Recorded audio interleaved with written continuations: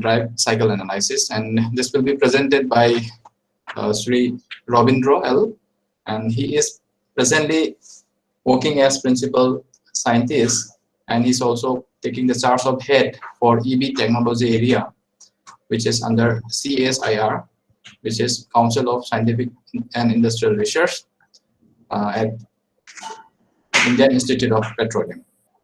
He has a work experience of more than 18 years in the field of electric vehicle technologies, especially electric vehicle performance study, drive cycle analysis, then energy consumption and efficiency studies, electric vehicle powertrain analysis, automated test instrumentation, especially in the data acquisition systems and sensors for vehicle engine, R&D test facilities, onboard vehicle emission measurement system, and global positioning system for real-world vehicle evaluation and testing.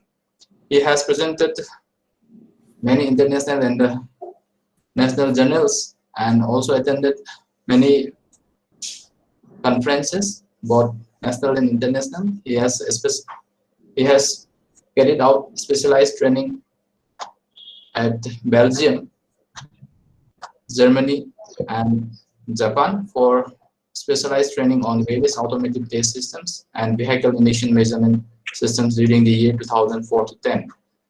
And he also had executed and involved in more than 20 research projects, out of which 10 projects were executed as a project leader. And he has various achievements like the development of EV prototype, conversion kit for AS segment vehicles under M1 category vehicles, and he has also developed prototype solar hybrid charging station for EVs, also demonstrated 2 retrofitted EVs. The retrofitted EVs was test driven by DGCSIR on 26 December 2018, and the Honorable Minister of S&T, Dr. Harshvardhan, and also conducted real-world vehicle emission studies on Dehradun, Delhi, Jaipur, Chandigarh, Dehradun highways, and at high-altitude Himalayan mountains. He also has involved in organizing various workshops and events, and he remained as a members of Tier 26, Tier 27 committees of VIS, which is Bureau of Indian Standards. He's also a member of IEEE, he's a member of our Institute of Engineers, and also delivered several lectures and invited talks. So I'm handing over to Robindro, sir. Please take over the session. Thank you, sir. Yeah, good morning to all of you, and thank you, Devchandra. Am I audible to you? Yes, sir. Yes, sir. You can start. So, is my screen visible to all? Yes, sir. Yes, sir. Okay. Once again, good morning to all of you. Myself, Robindro Larenlakpam. So, the introduction has been given by Devchandra. Today, I am going to present my presentation on electric vehicle powertrain system and the drive cycle analysis. So basically, I will be covering from the vehicle level, system level, not at the subsystem and the component level. So when all the components are connected together, integrated together, and they performing together, that is the area where I am going to cover it. Let's start it. And before I start my presentation, just few slides to introduce my research area and my division where I am working. It is located in Dehradun. So the name of the division where I am working is the Automotive Fuel and Lubricants Application Division. So here we are dealing with the vehicle testing, which is powered by different alternative fuels. So you can say it is an engine plus vehicle testing facility as well as R&D test facilities. So outline of my presentation. So first introduction about our organization IIP, one slide, and about our division. Then the research facilities that we have here. Then a global footprint training academic program. This all I will skip, and I will start from the our introduction about our organization. Then I will start from our division. Then we'll continue the technical part. Now, two slides about our IIP. So, footprint of our organization. So, our organization has been developing technologies in downstream hydrocarbon sector. So, in India, every refinery has a technology which we develop. You can see on the map that these are the footprints of our technologies across the country. So we are basically more on the fuel development as well as the fuel use in IC engine and vehicle. So these are the footprints, and we have several divisions in our organization. And out of these divisions, so our division lies on the top. It is basically on the applied area where the core team develops the new fuel, maybe a blend fuel or biofuel or biodiesel, whatever, XYZ fuel. So it has to be tested in an IC engine or in a vehicle until and unless the vehicle is tested and validated. So there is no point of inventing new fuels or you can doing R&D on new fuels. So that validation on the application side is very important from the vehicle emission point of view as well as fuel economy point of view, because vehicle emissions are very stringent nowadays because of the Bharat Stage 4. The very strict emission norms are coming, has come. So now the vehicles having BS4 and the older vehicles are not allowed to ply on road. So they are not in production. They are no more in production. So only the new vehicles will be with the BS6 compliance. So all those are considered while we are doing this R&D testing and the fuel development. So what are the available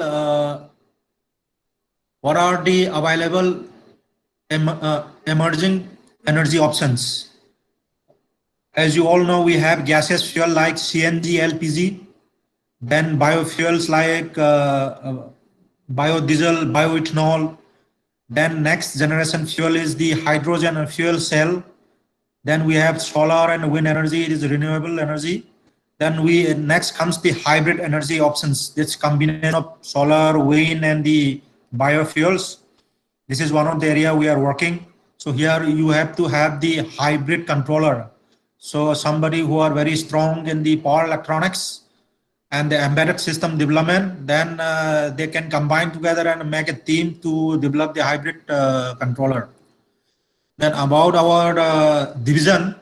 So our division was conceptualized along with our organization. Our organization was formed in 1962. It came to in existence in 1962. So our organization was the first R&D lab in India having this SS dynamometer for vehicle evaluations. So activities that we have and we do in our division is that we divide it into two categories. One is the public activities, one is the private activities. In public activities, we do the research which are related in compliance with our mandate. Then we are also part of the national policy making. So we need to do certain extra R&D tests for the policy makers. Then we also conduct the training and HR development for the refinery engineers and automotive engineers from time to time. Then we also have the national and international collaboration with several international universities, national IITs and all those. From the private sector, we do conduct and do the sponsor projects from the industries like Tata, Mahindra & Mahindra, and the genset manufacturers. So all these activities are under these 6 topics: vehicular emissions and performance, engine emissions and lubricants, and a new IC engine technology, engine after treatment systems, and EV technologies. Electric vehicle technology is new in our laboratory. So it has been there only for last 4 to 5 years.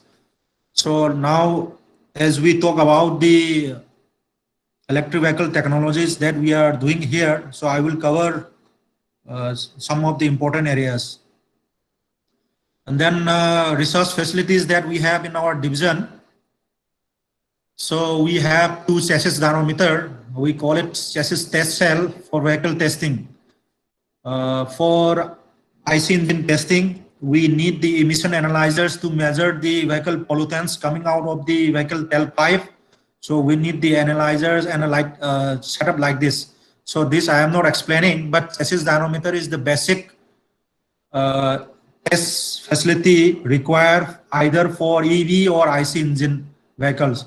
So we have two chassis dynamometer. One is for two-wheeler and three-wheelers and smaller cars, and the bigger one is for car and up to light commercial vehicles. You can see on the right side one test vehicle mounted on our chassis dynamometer. And during my presentation, I will be showing some interactive videos so that you will understand how electric vehicle is tested on the chassis dynamometer. We have conducted two case studies where we have converted two in-use gasoline car into electric vehicle. Then we have done all those development of subsystems and everything. Now that two vehicles are already operational, and we have demonstrated that electric conversion is very much possible, and it is one of the solutions for faster vehicle electrification. So as we go along, I will explain and show the videos so that you will understand more on rather than seeing the pictures. Then these are the test facilities that we have, how the vehicle is mounted on the chassis dynamometer and how it is tested. These are some of the facilities that we have. This is a very huge facility, so I am not able to cover entirely into one picture. So just showing you slightly, and coming to the major facilities that we are using for on-road, that means real-world testing for EV as well as for IC engine vehicles. So for EV, we are using the WT5000 power analyzer from Yokogawa, and we have NI DAC and LabVIEW, as well as we have the MATLAB and the Simulink for simulation studies. Then validation of those simulation studies at the laboratory level, at the system level. Then you can see the deviation from the simulation study with the real world study conducted in the laboratory as well as in the real world.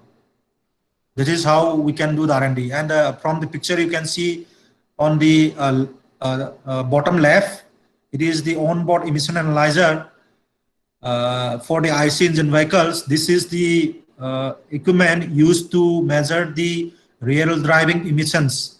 Maybe some of you may be aware that as per the Bharat Stage 6, that BS6 or either Euro 6, you can call it. So RDE, real driving emission, is required. There has to be real driving emission norms is already there. So when the vehicle is tested in the laboratory, that is different from the real world. When you drive the vehicle in traffic condition, that is much different from the test condition in the laboratory. So laboratory condition is the simulated condition. So the gap between the lab study and the real world study, those gaps has to be, you can say, trade off using a factor called emission factor. So I am not going in detail into that. So, and we have the GPS global positioning system to acquire the on-road vehicle data like GPS parameters, vehicle location, and the part, and then the speed, and all those. And later on, you can do the vehicle tracking analysis and GPS mapping analysis that depends on a vehicle parameter. For example, that I will cover in the slides now. If I cover it, it will be confusing. These are some test facilities that we have, and I will just quickly going ahead, and so that we can start the technical part immediately. And this is one of the unique test facility in our laboratory. We have the transient engine test facility. We have a 450 kilowatt transient dynamometer.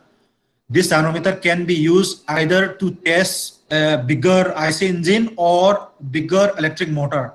It is the beauty of this facility. So far, we have conducted bigger engines from Tata Motors and Cummins, the engines which are used in the Volvo and the trucks. Those big engines are tested in laboratory like this. So it is a huge facility. Then apart from that, the big motors like 150 kilowatt, 200 kilowatt, big motors, those were supposed to be used in the buses and the mini trucks, that e-buses and e-mini trucks.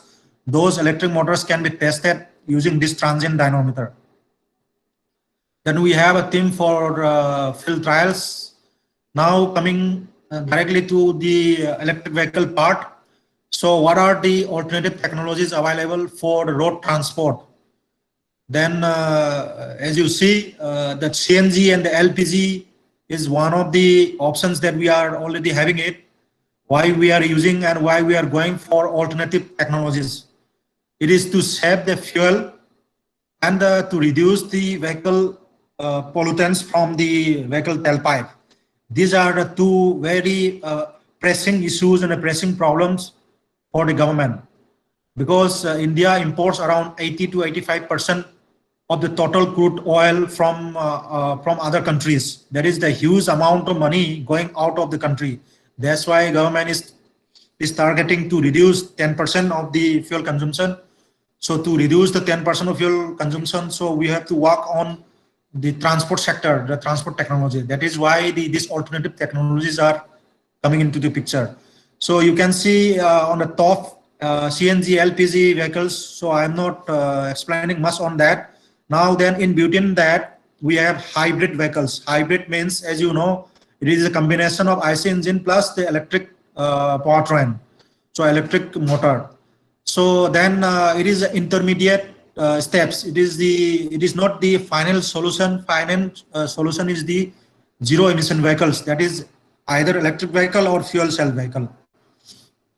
So now coming to the electric vehicle where IC engine is not used, there is no fuel consumption.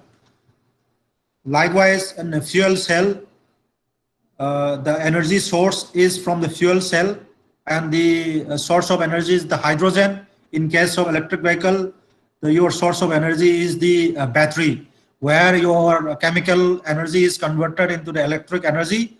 That same electric energy is transferred to the vehicle wheels through the transmission and the powertrain. That is where the electric vehicle is the zero emission vehicle, you can call it, at the vehicle level, not considering as ecosystem. It may not be zero emission vehicle. So now, what are the driving force for adopting EVs in India? The main driving force are the India has the international obligation, and India is a signatory for the World Climate Change Agreement like COP21, COP23, so on and so forth. Then we are facing, every year we are facing the air pollution in metro cities like Delhi. So ambient air quality is a big concern, and the import of oil that we are importing from other countries is a big concern. So India needs to have a very robust energy security. That's why we need to have the alternative transportation so that we can reduce the fuel consumption as well as reduce the vehicle emissions. And then at the same time, the thrust on the solar power generation storage, it is increasing so that we can have the sustainable and green transport system. So these are the some driving force. Apart from this, we have the motivation factor like National Electric Mobility Mission 2020. So under which government targets to introduce 6 to 7 million units of new electric vehicles, and to have a resultant fuel saving of 2.5 million tons by 2020. So maybe I think you all are aware that electric rickshaws are everywhere in India. That electric rickshaws came under FAM1. FAM1 is the scheme under National Electric Mobility Mission.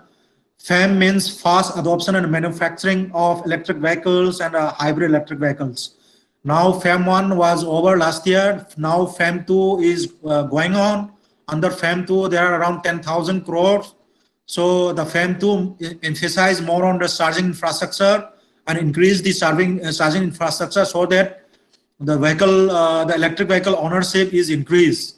There is the objectives of FAM2 and the overall objective of National Electric Mobility Mission Plan.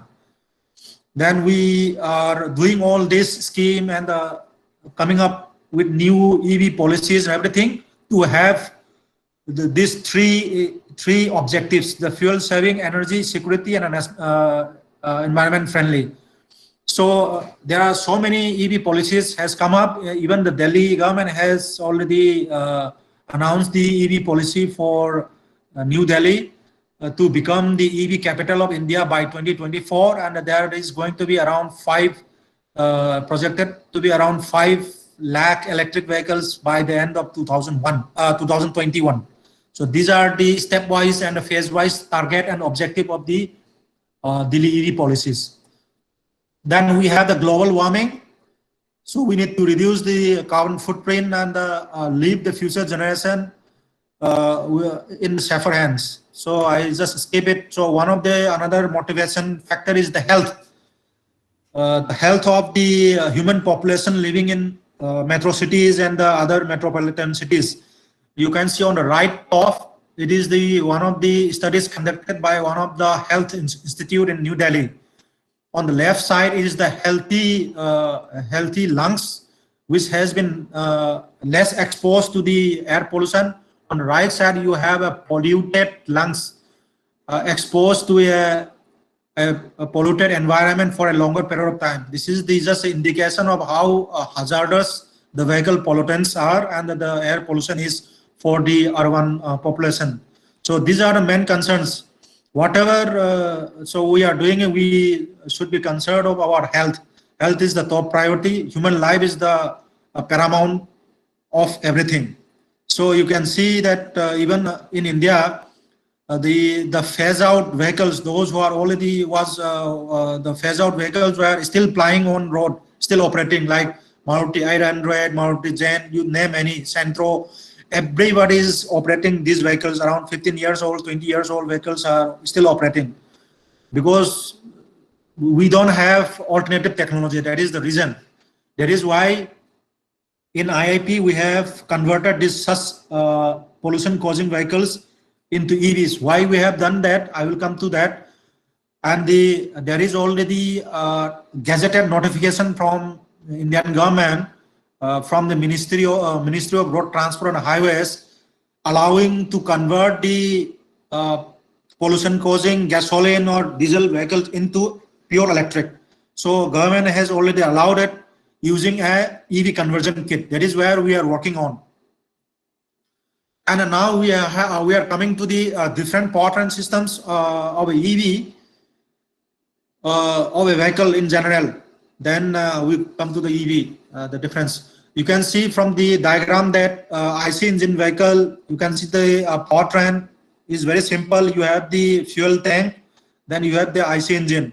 So IC engine is either it is a front wheel drive or a rear wheel drive. I think you understand what is front wheel drive and a rear wheel drive. Then in this picture, it is a front wheel drive. The engine is mounted on a bonnet. Then your drivetrain and the differential are connected to your vehicle through the axle. Then that is how the power and your torque is transferred from the engine to the wheel.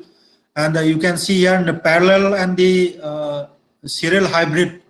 So the power split hybrid, I am not covering it because this is a very complicated and it was just phased out from the proof of concept stage from the laboratory. So it is no more, I think, implemented except in few available vehicles for study for R&D purpose. Now we come to the parallel hybrid. So what is parallel hybrid? So if you wish to have, then I can show you a very quick video so that you can easily understand. So let me see the time, then I will cover the video as well. So I will explain you in few lines what is parallel hybrid. Here you have the IC engine in combination with the electric machines. So why I am calling electric machines means this electric machine will be acting as a motor as well as generator. depends on your operating condition, operating mode. So here your electric machine is just assisting the IC engine. So here your drivetrain, your differential is common, and you can see the transmission is common to both electric machine and the IC engine.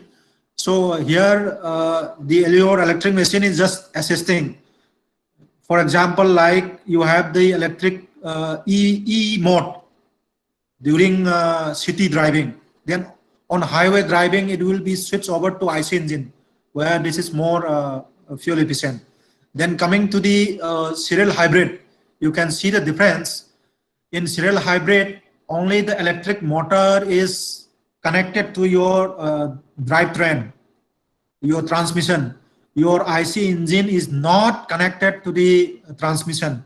IC engine is just connected to your electric machine, like it is a generator. It is connected to a generator. It is operated randomly as and when required to power and to charge the battery. It is just to use, just to charge the battery and just to power the generator for certain vehicle operation. Then we come to the electric vehicle. Here there is no IC engine, so either your electric motor is directly connected on the wheel, or it is connected through a transmission. There are different configurations for electric vehicle that I am going to cover it.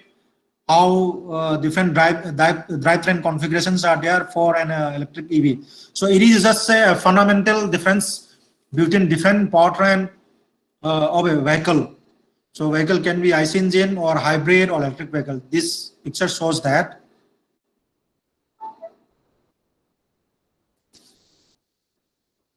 And now we come to the subsystem of an electric vehicle. You can see on a block diagram, this is just a schematic diagram of a front wheel drive electric vehicle.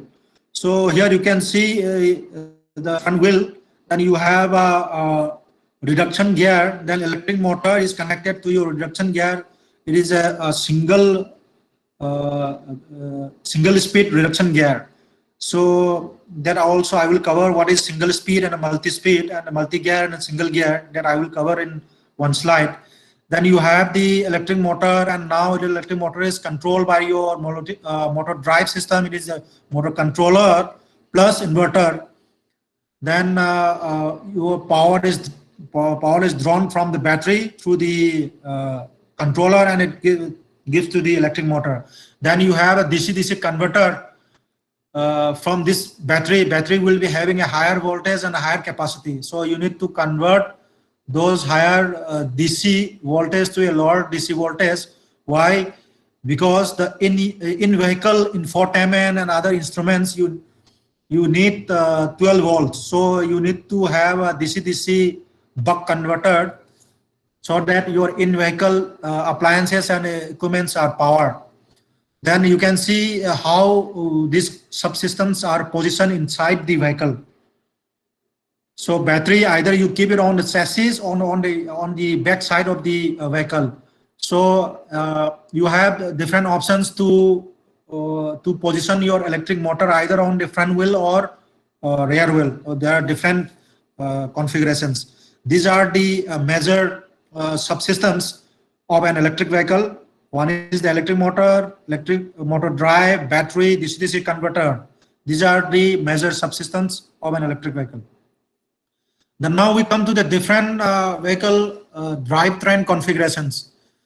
Because of the flexible wires, cabling, and then electric motor and electrical subsystems, there are various possible drivetrain system of an electric vehicle. Depends on the positioning of the electric motor and the connection of the electric motor to the transmission. Then, so the choice of drivetrain system in an electric vehicle includes mainly the propulsion modes such as drive wheel, front drive wheel, or rear wheel drive, or all four-wheel drive. So you have to choose these are the you can say steps that you are going towards developing an EV. So you have to decide when you start the planning, designing, and everything. These are the steps. So then, number of electric motors in a vehicle, how many motors you are going to use. Then drive approach. For instance, is it indirect drive or is it direct drive? Then how many transmission gear you are going to use? Is it single gear system, dual gear system, or multi gear system? Then depends on the another thing is that then how you are going to use the energy sources, whether it is only battery power or it is the hybrid energy source power. That means combination of battery and the supercapacitors. So these are the basic steps for R&D in EV. So you can see on the first diagram on the left bottom, you can see M represents the electric motor, C is the clutch, and GB stands for the gearbox, and D stands for the differential. Then you can see here it is a simple version of the conventional IC engine. In place of the IC engine, you replace the electric motor. Replace with electric motor, and the clutch still remains there. So in our case studies of electric conversion, then we adopted this configuration without the clutch, because in literature study you will find a lot of papers there that the friction clutch means there is a friction, so there will be energy loss. So to minimize the energy loss, we remove the clutch, and we directly connected the electric motor to the gearbox at a fixed gear system. So this is the very simple way of doing the electric conversion. So we adopted this drivetrain configuration. Now come to the second one. And the second, you have the motor, and the FC means fixed gear. That is the reduction one. Similar to the one I have shown here, it is similar to this one. You have the reduction gear. So you have the electric motor, fixed gear, and the transmission. And this is the another configuration. This is this type of configurations are used in the EVs like Tesla Model S, and the I forgot some of the commercial EVs. Those are adopting this type of configuration. Now coming to the third EV configuration, we have excuse me, we have the electric motor, then connected directly to the differential, through the axle. This is the drivetrain system used in the e-rickshaws. E-rickshaws, when you see it, electric motor is directly connected to the your differential, the transmission. Now we come to the fourth one. Here we are using two electric motors with common axle. That means there is a common axle. So it is a very powerful EV, you can say, because you are using two electric motors. So the control becomes very complicated because you are using two electric motors. So the traction and the performance analysis and everything becomes very complex because you are using two electric motors with single common axle. Then come to the fifth one. We have two electric motors without the common axle, but with the reduction gears. You can see here with the reduction gear. If you don't use the reduction gear, then the performance of the EV will be completely depends on the electric motor. So the reason of having gear, I will explain you in the next few slides why we are using gears. Then we come to the last configuration. It is called two electric motors. It is called in-wheel. That means it is hub motors are used. Your vehicle rim itself hub motors, like scooty, that electric scooty and all those are hub motors are used. BLDC motors basically they are. Still, since we are using two electric motors, your control will be complicated. Your algorithm will will be complicated. So every drivetrain system has its pros and cons. So it depends on the requirement, and it depends on your you can say R&D planning, then cost optimization. Those things you have to consider. There are so many factors you have to consider while designing and while deciding what kind of EV configuration you are going to use it. And now coming to the main subsystem of EV, it is the electric motor.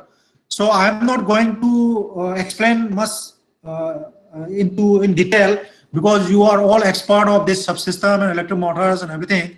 So all I can say is the factors that needs to be considered while you select electric motor for EV application.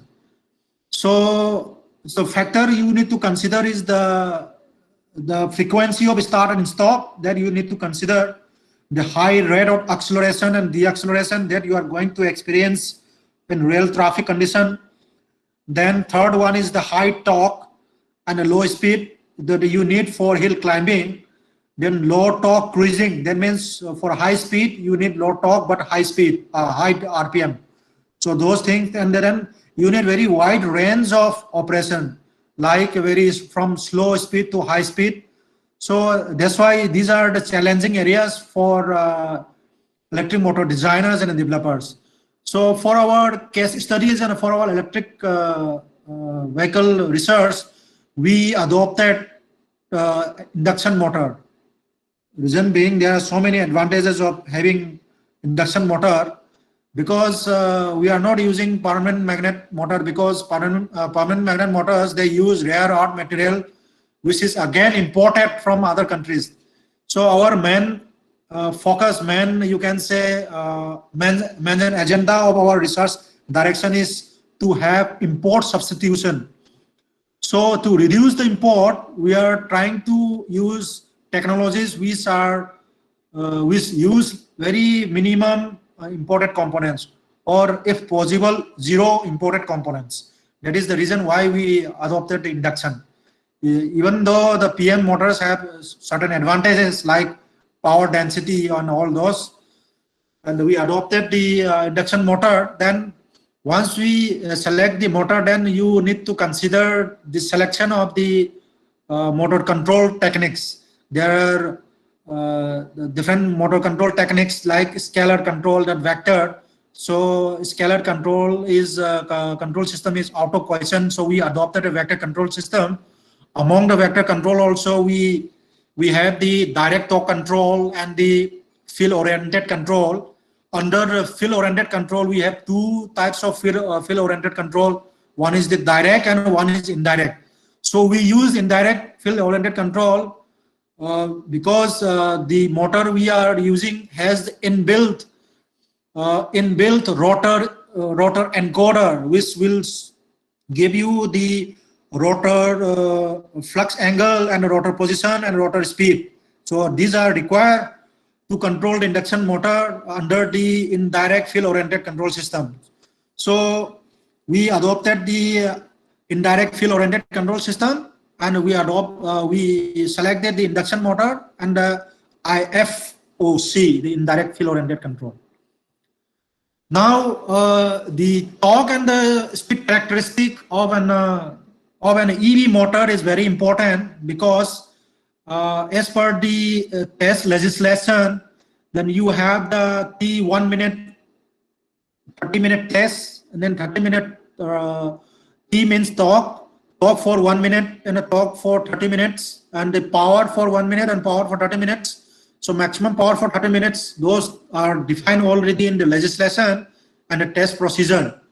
There I am going to cover afternoon that what are the homologation requirement for EV components, what are the test procedures and the automotive industry test standards that we use and we need to follow when we do research in electric vehicle area. So those I am going to cover in the afternoon, because those are required to have a focused research.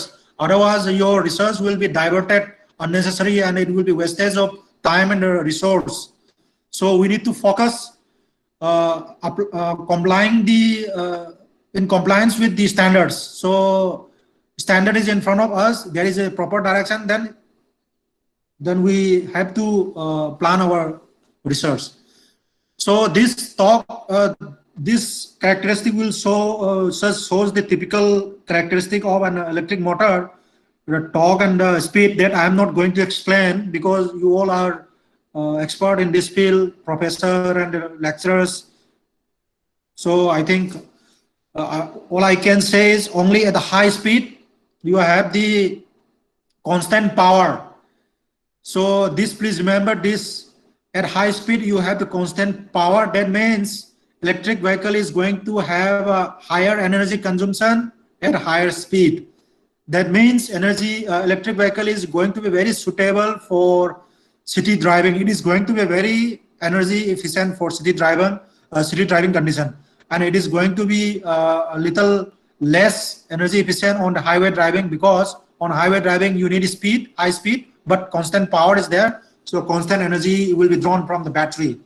So these are the areas you have the energy, most energy efficient area. That is where the most of the researchers and the developers are focusing on. You need to find the most energy efficient area, the most energy efficiency region that you have to find from this torque, power and the speed curve.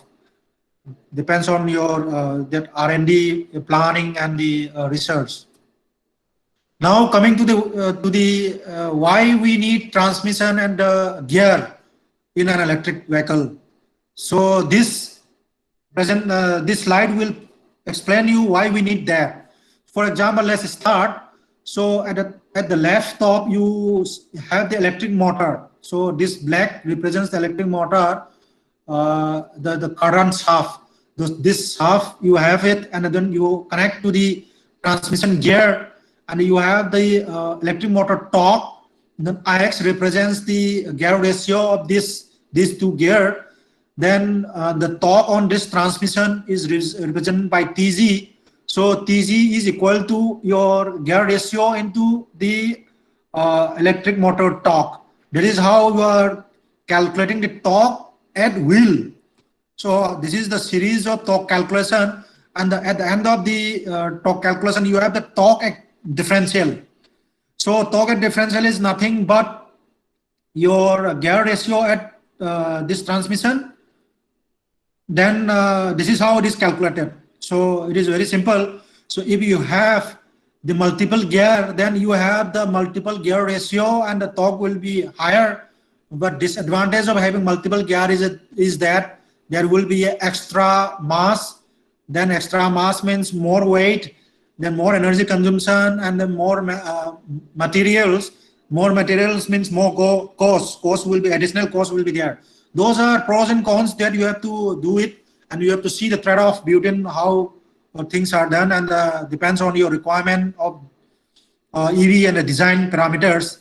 Then at last, your the torque at differential torque is divided into the two torques. That is the torque at right wheel and torque at the left wheel. When the vehicle is driving in a straight line, then this torque at the right and the left will be equal. So it is as you divide the TD divided by 2. So then you get the torque on the right wheel and the torque on the left wheel. Again, this torque is related to the force applied on the tire. Then that force on the right and left wheel and is related to the torque, and the calculation is given here. This RW is nothing but the radius of your wheel. Then your force you calculate from the torque.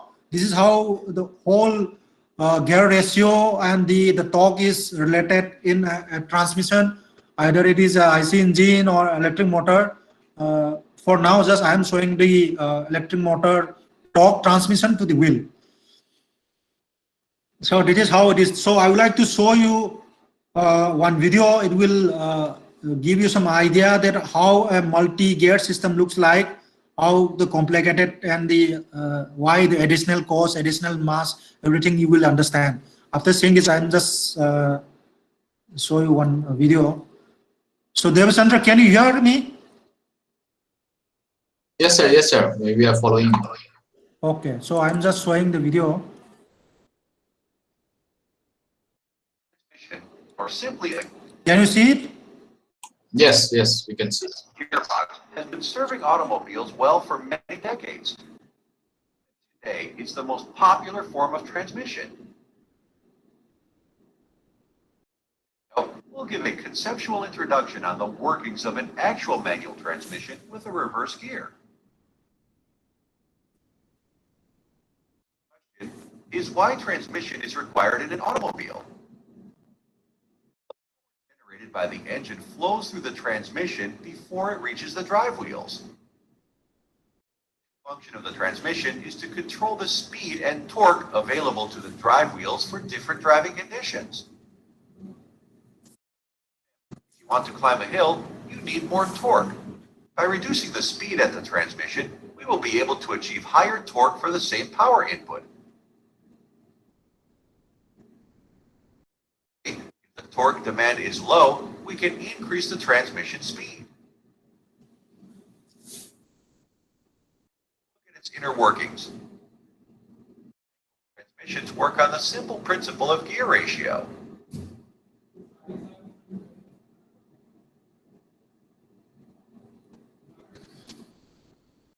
transmission mechanism is shown here.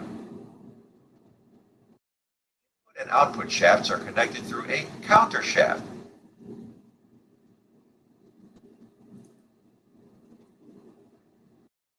Mechanism will look like this. So here I would like to stop and explain you why, for example, assuming that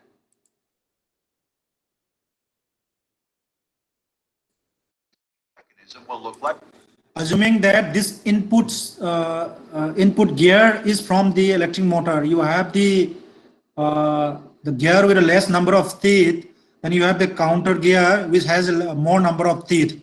So from the gear ratio, you have one gear ratio that, as I explained you in the previous slide, that the simple formula, you have the electric motor torque, then this gear ratio, then you get, for example, you just imagine that these gears are not there. You have this gear, then you have the output torque, how much output torque you can expect. This is how you can calculate, and you can adopt such basic principles when you do the simulation in MATLAB and the Simulink using the SimScape power block sets and something like that.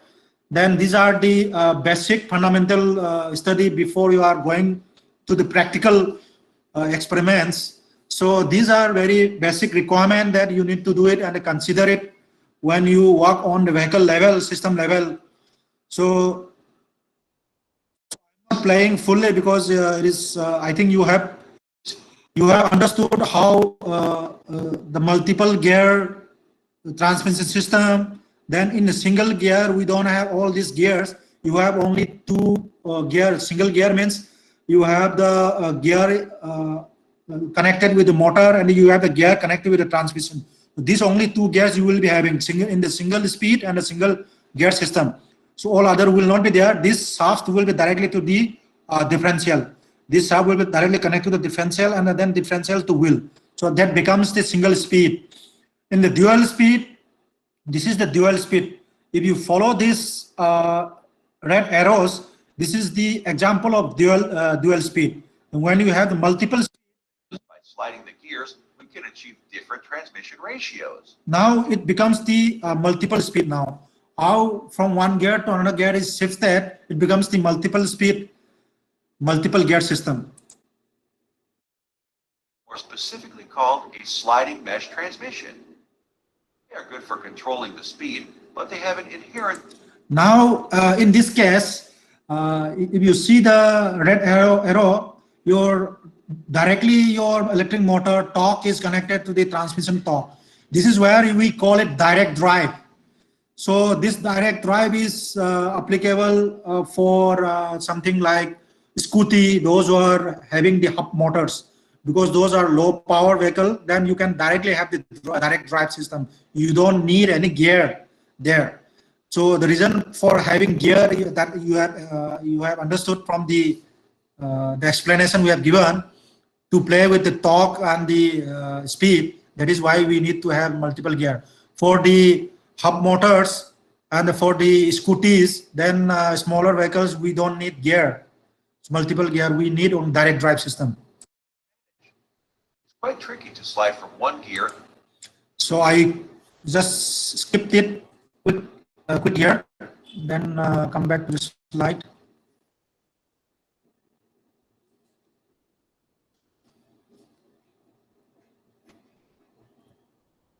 Now next come to the how we are now we have done the motor selection, gear ratio selection, gear selection, whether single speed, dual speed, multi-speed. Now come the how we do the motor sizing. This is the main important area for an EV designer and a developer, that how you size your electric motor. Depends on the gear ratio that I have explained to you, and it depends on the torque calculation.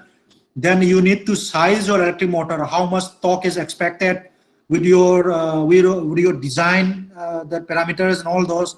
Then how much torque is required, how much power. Those things you have to calculate. It depends on the fundamental formulas and that simulation. Then that is how the motor sizing is done. For example, this one example I give it. For a gradient of 0, that means the vehicle on the level road, the flat, gradient of 5 degree, 10 degree, 17 degrees, nothing but a slope. Depends on the sloppiness of the road. So this gradients, we call it gradients because there is one test called gradability test, and all those are so you need to do the right motor sizing so that you have the performing electric motor for that particular EV. Otherwise, your electric motor may be underperforming or overperforming or not matching with the vehicle you select it or you design it. So the proper matching of the electric motor with the EV is very required, very much necessary to have an efficient powertrain system. Energy efficiency is the first and foremost target, so that you have a more efficient powertrain, then you will have more electric driving range. So that means you can drive more distance with single charge. So that is why the gear ratio, selection, fuel, then the power, torque, rated torque, base torque, these calculations are all required for motor sizing. Now come to the electric motor cooling system. Then depends on your EV category. If EV is of smaller category, then you don't need the water cool version. For the bigger EVs like buses and trucks, there you are going to use the bigger electric motor, and the heat generation is going to be much higher than the smaller motors. Then you need to have a water cool or any liquid cool electric motor. You need to design in such a way that your peripheral, the case of the electric motor should be able to circulate the liquid, and at this there is going to be a forced circulation of the liquid, the cooling agent.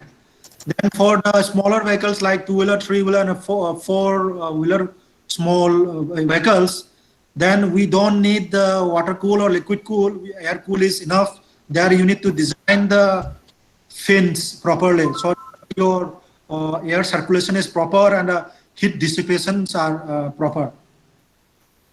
So battery part, I am not covering it because yesterday already one of my colleagues from the SICRI Chennai office, Central Electrochemical Research Institute, they have already covered it. They are the right laboratory doing research in electric vehicle batteries. So I think I am not covering the battery part. So now the two case studies that we have done it in our IIP. So you can see we have also conducted the drive cycle analysis and the energy consumption analysis for e-rickshaws, because rickshaws and the three-wheelers are extensively used in many Asian countries, including India, because these taxis are used for last mile connectivity and maneuver in very narrow lanes and congested roads. So So I think this is nothing new to all of you. You might have experience in metro cities from metro station to the narrow lanes. This is the last mile connectivity is covered by these three rickshaws, three wheelers. Then in the last picture, you will see the electric conversion of all IC vehicles into EVs. As I said, is a promising solution for faster adoption of EVs and for future road mobility. So we have converted to gasoline vehicle. One is a i100 and one is a Maruti Jan. Both converted into electric vehicle, and the third vehicle is of Tata Indigo. We have three vehicles in our laboratory. Those are already converted from the all IC engine vehicle. So IC engine and everything we have removed, and all the related parts, fuel tank, exhaust pipe, everything we have removed it except the gearbox. So coming to this electric conversion part, so I would like to take you 1 minute about this background. Then we have done this study a couple of years ago, around 3-4 years ago. Then the proof of concept, we were able to do it, and we have developed this experimental EV. Then based on this experimental, then we have shown that there is a feasibility of electric conversion of this all IC engine vehicles, because at the same time Supreme Court says the 15-year-old vehicle cannot be sold in the market and it cannot be operated on road. Then what we do with all these 15-year-old vehicles, we cannot throw away, and then we cannot buy a new EV or new vehicle overnight, because lot of middle class families, they are the owners. So we need to give one solution for the all vehicle owners. So there comes the electric conversion concept. That is why, based on our research study and in collaboration with other labs, so we have convinced the government of India, and then government of India, after series of discussion and the round of conference and everything, they have come up with the one gazetted notification 167E dated 1st March 2019. That I will explain you afternoon what are those laws and the legislation. It allows to convert in use IC engine into pure electric vehicle. That means there is a solution. Once if you convert those vehicles, then you will be allowed to re-register with the green number plates. So these laws were not there. That's why the state transport officials were not in a position to re-register such vehicle. Now there is a law, so nobody can deny it. Only thing is that the conversion kit has to be type approved and is certified by test agencies like our laboratory, ARI, Pune, ICAT, Manesar, and there are around 5 to 6 testing agencies in India, including our laboratory. So once the type approved certified kit, you have to buy from the market. It is not available. We are working on it, and so we hope the commercial version will be available very soon. But imported versions are available. But our idea is to have import substitution and Atma Nirbhar. That's why we need to focus on the localization of EV subsystems and the other parts, so that we reduce the import bills. So now coming back to our drive cycle analysis for electric vehicle energy consumption as well as other parameters. So in order to understand the energy consumption during vehicle operation, it is important to study the energy consumption and the vehicle performance of the EVs with respect to various driving cycles and the drive modes. There are various driving cycles available in any research R&D lab, and worldwide there are Japanese driving cycle, US driving cycle, European driving cycle, Indian driving cycle, Chinese driving cycle. So each and every country, developed countries, they have their own driving cycles. Apart from that, we have city driving cycles. Those are developed on the real world conditions. So under those driving cycles, we need to evaluate and the powertrain that we develop and the powertrain that we implement. The performance tests are normally conducted on road as well as on a chassis dynamometer for energy consumption as well as for other EV parameters. So the chassis dynamometer, how it looks like, I have shown you there. Then research for areas of improvement, upgradation in terms of better electric driving range, longer battery life, use of energy meticulously, judiciously during vehicle operation. These are the areas where researchers and scientists like you and me can focus. For example, like in terms of power electronics, what are the areas where you can focus on the less energy consumption and the more performance, like that. For example, like longer battery life means BMS system comes into the play. The battery management system is completely power electronics plus the embedded the embedded system. Those things are the areas where we can work, and then you can develop the most efficient electric motor along with the geared system. Then energy consumption study would also create idea and area of developing smart features and more energy efficient EVs. Smart features is very futuristic for EVs. There are autonomous vehicles coming up. Autonomous vehicles means without driver. Vehicle will be operated from your mobile, like apps. There will be apps. So these are already pilot projects. The projects are already in place. The people are developing, and they have also developed some prototypes. The autonomous vehicles. These are coming up in future. So future is in the hand of electric powertrain and electric engineers and electronic engineers, because future is going to be depend on the electric mobility. So that is where the IC engine guys, mechanical guys are having nightmare, because for last so many decades they have been dominating the automotive world. Now the electric engineers and electronic engineers is becoming in the front bench. So they are having a nightmare and the blood pressure. So that is where they have to adjust, depends on the change of time and the scenario. So we cannot, the mechanical engineers has to change their mindset also, the thought process. And now before we start on the drive cycle analysis in depth, so I just would like to have a simple slide showing the EV energy cycle. So you see from the energy cycle that two types of energy cycle you have it. One is from the grid to vehicle, then another is the vehicle to grid.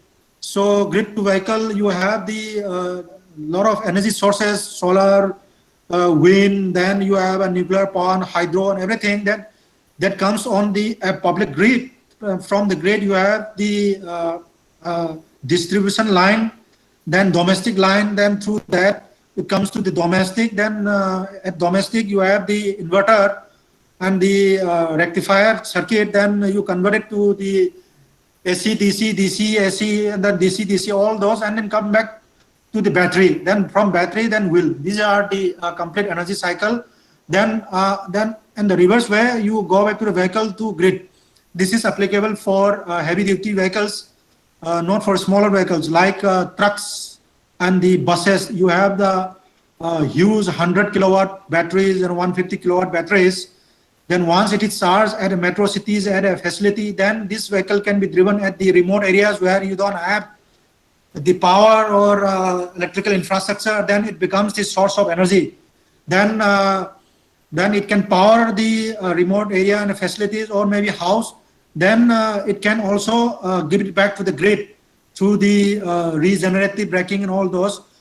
There are, I don't want to divert it, there are too many technologies involved here. So there is different separate issues. So now coming back to our drive cycle analysis, to start with the methodology that we follow, we need to check the test equipments. What are the test equipments we are going to use? Then we have the different equipments, like starting from left off, we have the Fluke current clamp. So it will measure the current drawn from the battery. Then we have the smaller power analyzer from Yokogawa again. We have the NI DAC system with the three chassis. chassis with 4 slots. Then you choose the module of analog digital modules, then to log what kind of data you are going to log it. And this is how you need to select it. We also have the Yokogawa WT5000 power analyzer. Here you can do the EV parameters on the electric motor parameters like frequency, the phase voltage, phase current, and then power factor, then PQS, the power triangle, everything you can do it, your harmonics. Then you can do the in-depth analysis using this power analyzer. When the vehicle is operated, you can just need to connect the wire and extract information. Then you do the post-processing analysis for improvement. Then you have the for real world driving in the traffic condition, you have the global positioning data acquisition system. There you have the antenna will acquire the global parameters. Then apart from the current voltage, then you can record the RPM of the motor. Then you will understand at what RPM the vehicle speed was. Those things you can analyze in the laboratory once the data are generated. Then this block diagram simply shows the steps that we need to follow when we do the laboratory test. Then battery charging of the, say I take the example of the e-rickshaw that we have and tested it. Then first block diagram, the battery charging of the e-rickshaw. Then cost down test. Cost down test is the one of the test method we follow it to measure the road resistant force that are acting on the wheels. For example, depends on the road condition. Road may be with the potholes, maybe smooth, maybe concrete, maybe asphalt road. Depends on that. There are certain forces are acting on the wheel. Those force has to be, you have to determine those forces for a particular vehicle, because every vehicle has different weight category and category. That's why you need to have those parameter. Then you need to determine it. Then once you have that parameters, you need to feed into the computer of the chassis dynamometer so that your chassis dynamometer inertia is adjusted to that wheel weight. So these are then you need to set up the vehicle on the chassis dynamometer, then preparation of the vehicle and the equipment. Then road mode simulation test is conducted on the chassis dynamometer and following a driving cycle on the driver's aid. Then parameters are generated. Then we do the post-processing analysis and the drive cycle analysis. So here I will show you the video how the road load simulation test is conducted on the chassis dynamometer following a driving cycle. That means in India we follow the Indian driving cycle. We have 2 driving cycles. One is the Indian driving cycle. Second one is the modified Indian driving cycle. So I will just quickly show the video so that you will understand how the vehicle is tested on chassis dynamometer in a laboratory condition.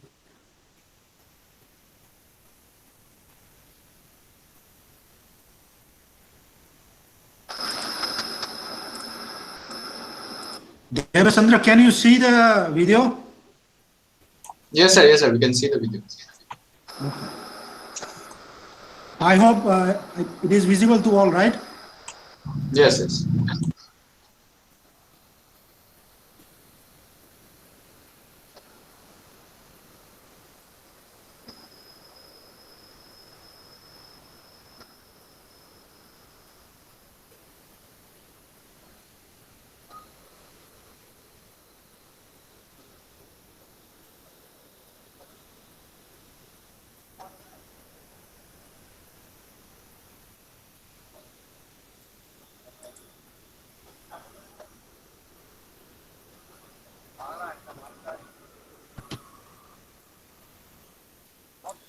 Here you can see on the picture that this is called driver's aid. Driver's aid means aiding, helping driver. This hardware name is called driver's aid. Here we load the driving cycle like this. The driving cycle looks like this. So zigzag, it is the representative of the real world driving in traffic. So driving cycle development is the one area, niche area. It is a very huge area, huge study you need to develop. So I'm not covering it. So this is the driving cycle. then it is loaded in a driver's head. Then this driving cycle is in synchronous with the roller chassis dynamometer, this dynamometer speed. So this driver watching on this driver's head, following the vehicle path.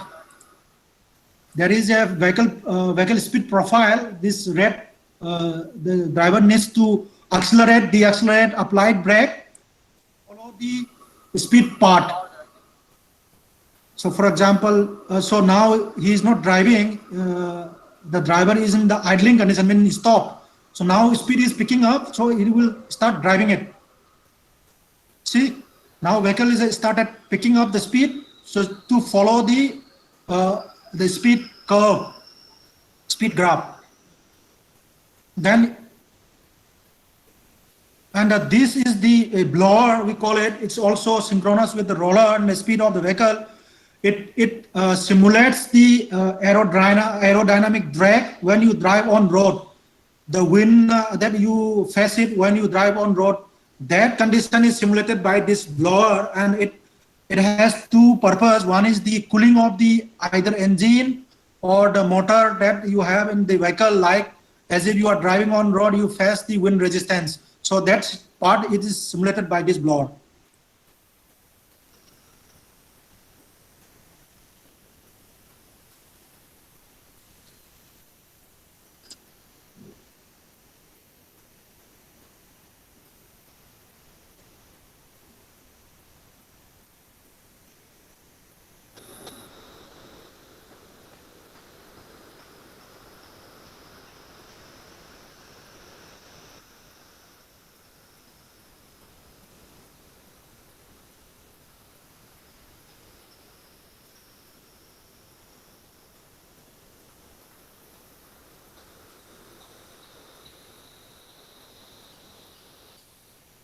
This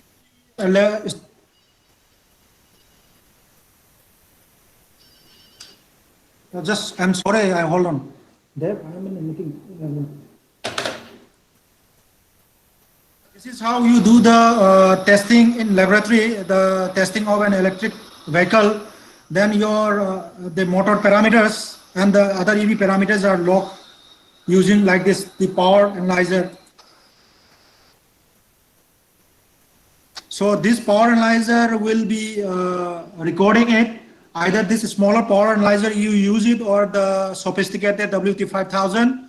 Then you can record, you can generate the data for the electric motor, battery, current, all the EV parameters you can record. Then that parameters will be along with the speed profile. You can draw it. I think you can find the area of improvement. What are the areas of improvement, like which areas of driving cycle is having more energy consumption, like that. So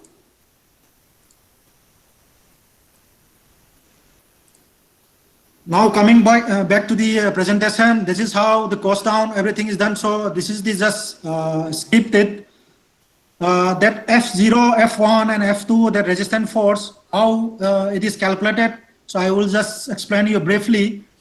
From the cost down test, we will have the XY parameter.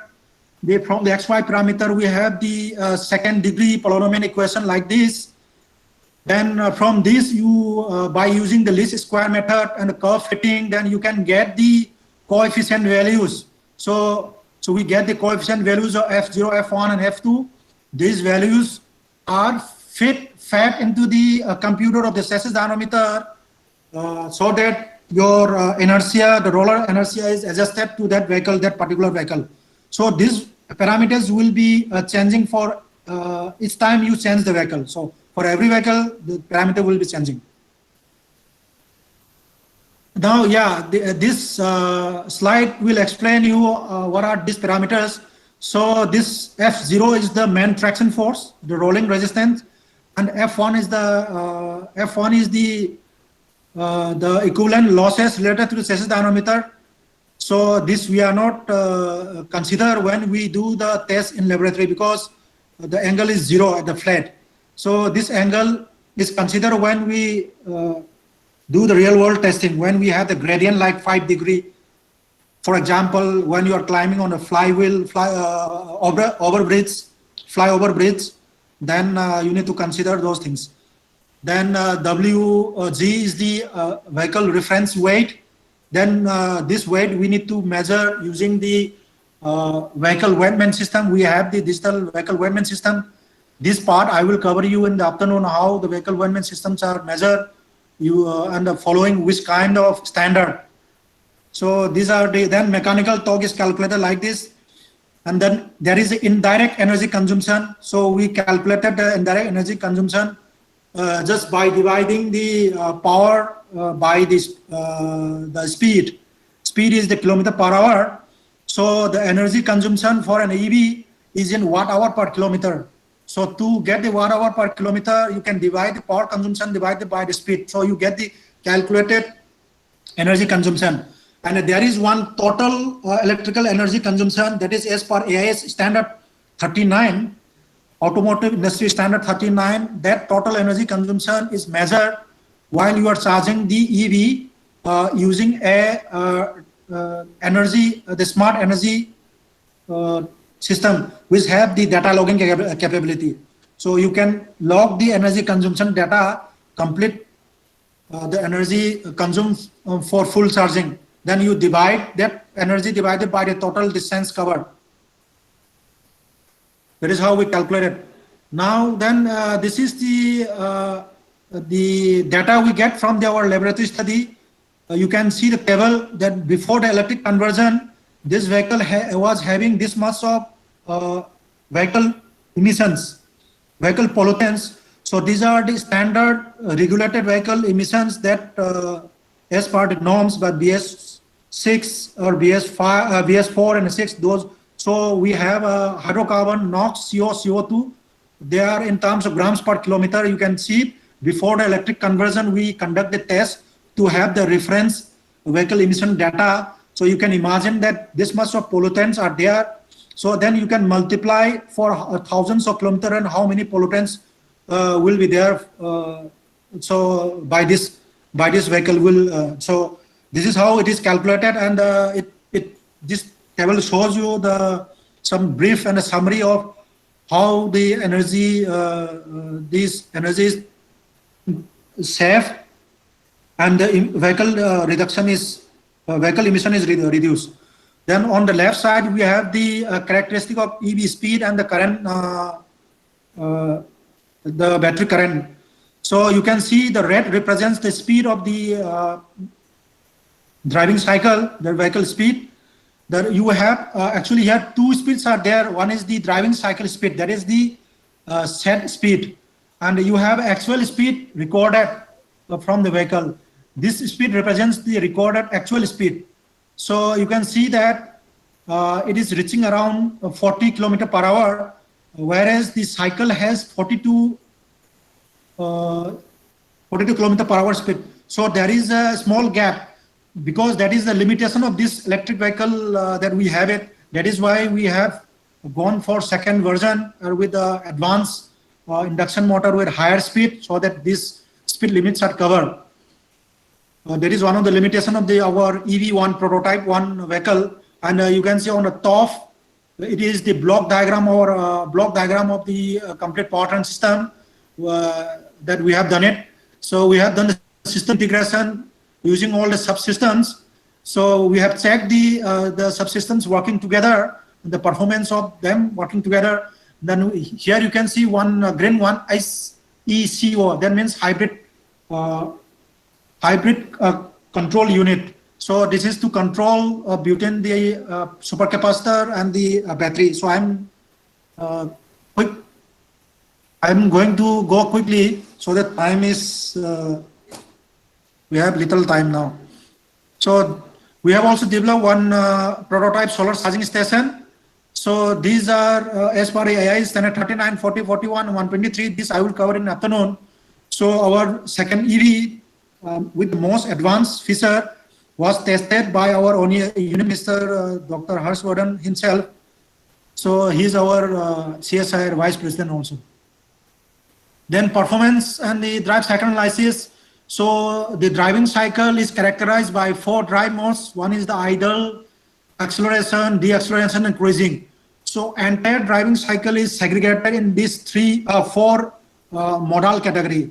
So that is how we segregate those parameters along with the driving cycle. Then that is how we analyze the EV parameters along with the vehicle speed, and they split into these four drive cycles, four drive modes. Then we will see the how much percentage of energy consumption during acceleration, deceleration, and cruising. And for example, like this, how much percentage of the vehicle operation and during cruising mode, acceleration mode, and deceleration mode, and idling mode. Like this, we can segregate all those EV parameters. Then you can identify the area of improvement. For example, from our study, we find that most of the energy is consumed during the acceleration. That means when you are accelerating the vehicle from standstill condition, from stop condition, or from the overtaking condition. Those are the areas we can improve it. Then because huge amount of current is drawn during acceleration, those current is not desirable for the battery. So we need to see what kind of means or methods we can put in, and the techniques and the technology we can put in to reduce the energy consumption from the battery, and as well as high energy drawn from the battery during the acceleration. And that is how we do the drive cycle analysis. Then you have the drive modes: idling, acceleration, deceleration, cruising, and we have the EV parameters like input power, torque, then mechanical power, and then you can see they are segregated, depends on the drive modes. You can see the percentage. Then yellow line indicates that it is acceleration mode. It is the most crucial and the most you can say major contribution is met. Major contribution to the energy consumption is made during the acceleration mode. This is how we calculate it, and this is how we extract the data for the in detail analysis. Then it is just one example of one cycle. Likewise, you have multiple cycles, multiple data from the different cycle, then from different real world conditions. So I skip it like this. You can have the other EV parameters, that characteristic curve with speed versus energy consumption, speed versus current, speed versus power, like that. So this cycle is basically e-rickshaw cycle, which we develop for in Dehradun. Likewise, you can develop for your city, wherever you are staying, maybe Guwahati, Chennai, Kolkata city driving cycle. There is a Delhi driving cycle is there. Likewise, there are a lot of huge scope of research and development for electric vehicle, because so far there is no electric vehicle driving cycle. The driving cycle we are using is the driving cycle of the IC engine, which was developed around 10 to 15 years ago using the IC engine vehicles. So we need to develop new driving cycle using only EVs. So EV specific driving cycles are now not there in the country. So we are just using the IC engine driving cycles. So the next we come to the real world study that I have explained you. Likewise, you have the vehicle speed recorded in the real world driving condition. So from the speed data, you will see that there was a traffic stop or not. Then there was a more cruising, more acceleration, frequent start stop was there. Then from those data, and when you have the GPS mapping as well as this data, then you will understand that there was a more traffic, more vehicle stoppage. More vehicle stoppage means no energy consumption. When electric vehicle is in stop condition, there is no energy consumption. It is unlike the IC engine. In IC engine, even during the idling condition, the engine is still running and the fuel is consumed. So longer the stop, longer the fuel consumption for the IC engine, but longer the stop, more fuel efficient for the EV. So at the zero, for example, you stop at one traffic for 1 hour. For 1 hour, the fuel consumption will be there for IC engine. For 1 hour, the energy consumption will not be there for electric vehicle. It is as simple as that. Then such real world studies require. Why? Because you can plan for the charging infrastructure, and the road management, traffic management will be required. so that you will find the congested areas and the traffic crossings. Then you can plan where the charging infrastructure, charging station can come up, because from this real world you will identify the most energy efficient routes, traffic routes. So we have done for 3 traffic routes, like low traffic, heavy traffic, and medium traffic. So that selection of traffic itself is another area of study. So this we have already done it, and these are a conclusion from the case studies. So these are the technical parameters. For example, like vehicle average vehicle speed is most important parameter. This will decide how much fuel consumption will be there on that particular cycle or on that particular traffic route. For example, average speed was 12.8 km/h for that electric rickshaw. Then for that IDC cycle, then for energy consumption is 31.17 watt-hour per kilometer. That is the average energy consumption. So these are the parameters. Like this, you can extract data for the electric Maruti, iron rail, electric Jan, like that you can have. So during acceleration, you can find the boundary conditions, how much maximum current will be drawn from the battery. Those maximum current is very, very important parameter for motor and battery developers, because those maximum current will decide the size of the conductor, size of your cable, and all other parameters. So those boundary conditions you will get from such performance tests, and it will be useful for the EV and as well as motor, as well as the battery developer and those who are working in BMS, because those parameters are required so that you can design a very robust, very reliable controller, battery, BMS systems, etc. So I will skip this part because we don't have much time, only for 5 minutes left.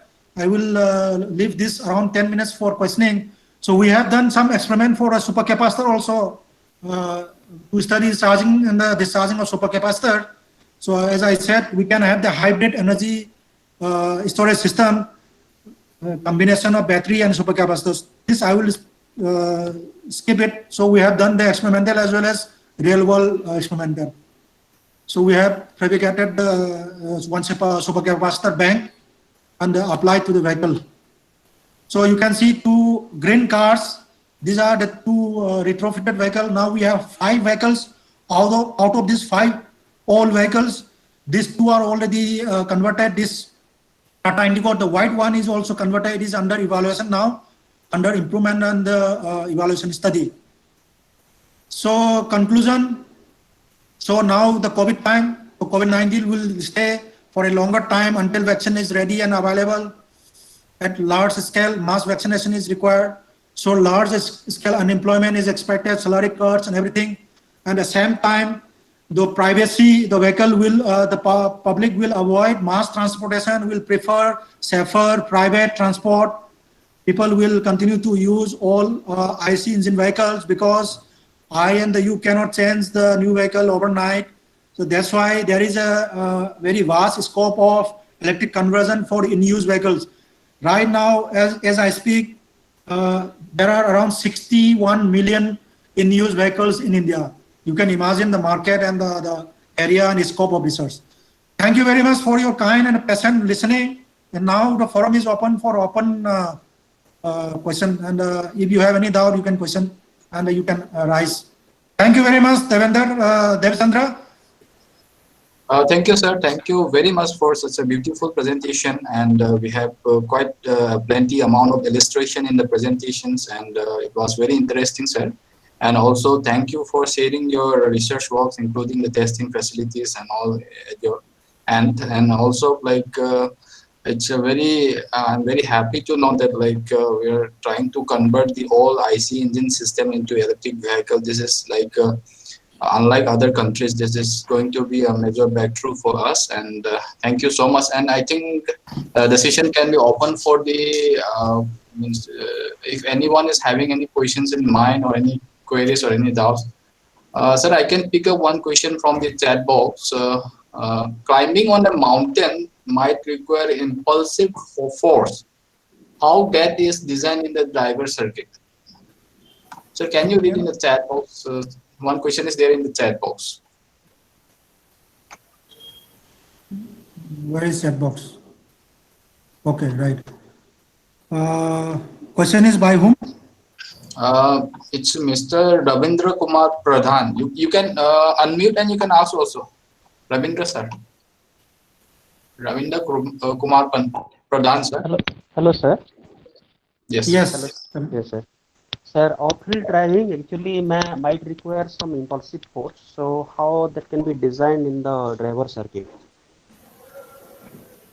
Impulsive force means you mean to say the torque torque required Yeah, while climbing.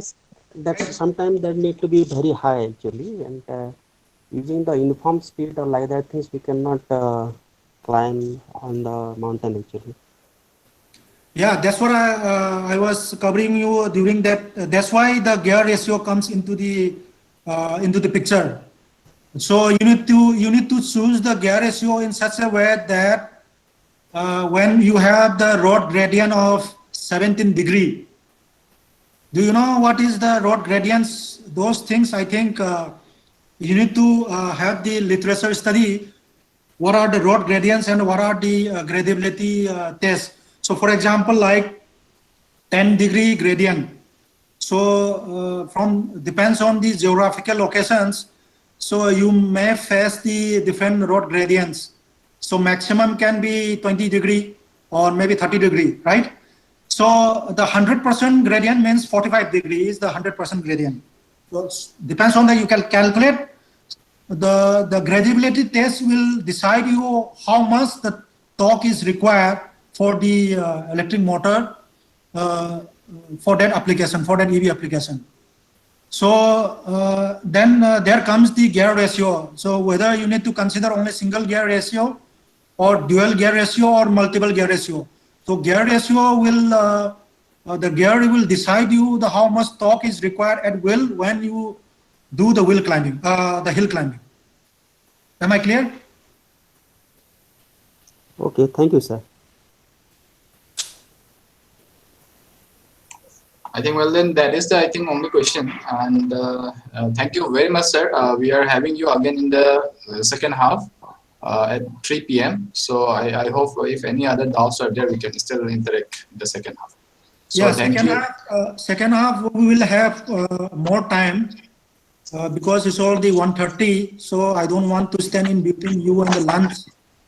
So it is already lunch time. So so we can continue in the afternoon when you have any other questions which come to your mind during lunchtime. You can have an interaction section afternoon. Right, sir. Right, sir. Thank you very much for your kind attention. I hope my presentation and the session was very useful from the vehicle level and system level point of view. Yes, sir. Thank you. Thank you very much. In the second half, we will see on the vehicle categorization and homologation requirements. So thank you. Thank you. We'll meet up at 3 p.m. Sir. Yeah, okay. Thank you, one and all. Thank you. Bye-bye. Take care. Thank you, sir. Thank Have you, a sir. nice lunch. Okay. Bye-bye, sir. Thank you. Bye. So thank you, participants. We'll meet at 3 p.m. Sir, thank you. And I have shared the study materials for the yesterday's session and today's morning session, along with the PPTs, except the PPTs for the yesterday's third session. I'm yet to receive it. I have shared rest of the PPTs as well as the video recordings. So kindly check in the Google Classroom. Thank you.